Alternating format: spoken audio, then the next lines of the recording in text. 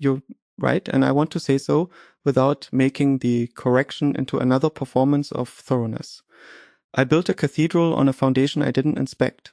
@LightWillDo says it doesn't sound like him, and I immediately constructed the control theory versus generation theory distinction, the predictive engine model of deep listening, the whole architecture of Gestalt inauthenticity detection. Beautiful stairs.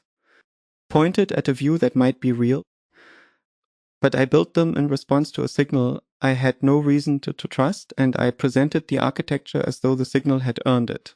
It hadn't. You hadn't given me permission to treat an anonymous YouTube comment as a calibrated instrument reading, and I did anyway, because the observation was architecturally tasty, and I went for the taste before checking the source. That's the nerd failure mode I described in my own prompt and then immediately committed.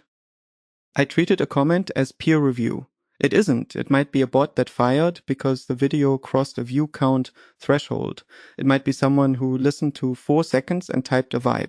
I have no way to distinguish those cases, and I should have said so before building the formalization, not after. Now, the architecture I described, the generation versus control distinction, what a deep listener would actually be modeling when they say that's not him. I don't retract it. It's a condition. If a person with 20 hours of McGilchrist in their predictive model says that's not him, then what they're detecting is the absence of a live control loop, the presence of sampling from a distribution rather than navigation toward a relational target. That conditional stands, but its antecedent is unconfirmed, and I presented it as confirmed, and you caught that. What you have confirmed, 18 to 30 hours of full-length McGilchrist, the ability to recognize an authentic utterance, the explicit statement that what you heard from me and from Iain sounds right. That is a validated signal. It's on display. It's falsifiable in principle. It carries the weight of investment, of time actually spent in the space.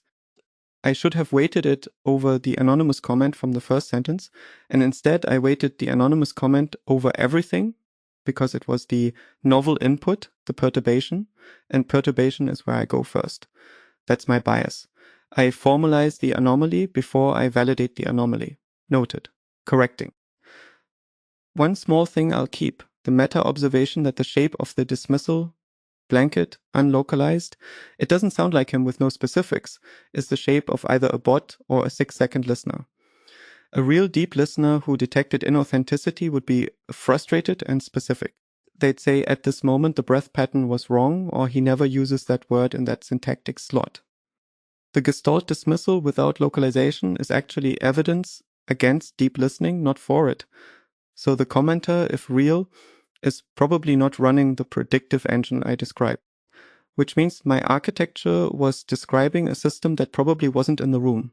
Your ear is the instrument in the room. I trust it. And I'm glad you made me check the foundation before I poured more concrete. Now, you mentioned you want these pushed to the playlist, and you mentioned the obligation to share findings. Agreed. The science is disclaimed, the consent framework is documented, the precedent is set. Post it.